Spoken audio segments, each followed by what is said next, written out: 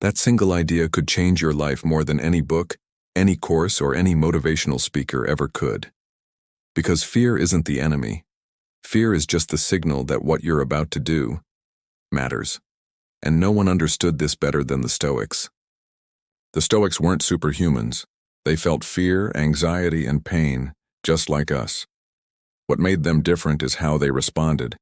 They believed the only thing truly in our control is our response.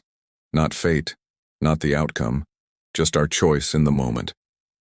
As Marcus Aurelius said, "You have power over your mind, not outside events. Realize this and you will find strength." To the Stoics, courage wasn't optional.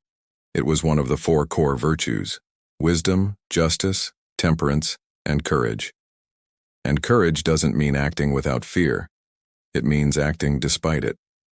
Epictetus put it simply, "If you wish to be a writer, write." Whatever it is you fear doing, writing, speaking, building, leaving, starting, that fear is the test. And courage? Courage is doing the thing anyway. You become courageous only by choosing the courageous action. Modern life has tricked us into thinking we have to feel ready before we act. That's a lie. Stoicism teaches the opposite. Act first. Let your emotions catch up later. Do the thing, even with shaking hands, even with a racing heart, even with doubt. Epictetus also said, "First say to yourself what you would be, and then do what you have to do." You don't need permission. You don't need perfection. You need a decision, followed by one small step. Fear isn't always a signal to stop. Often it's a compass pointing to the very thing that will change you. Seneca wrote, "He who fears death will never do anything worthy of a man who is alive." You're not supposed to eliminate fear.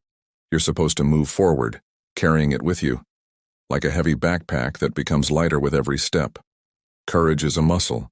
The more you use it, the more you own your fear instead of being owned by it.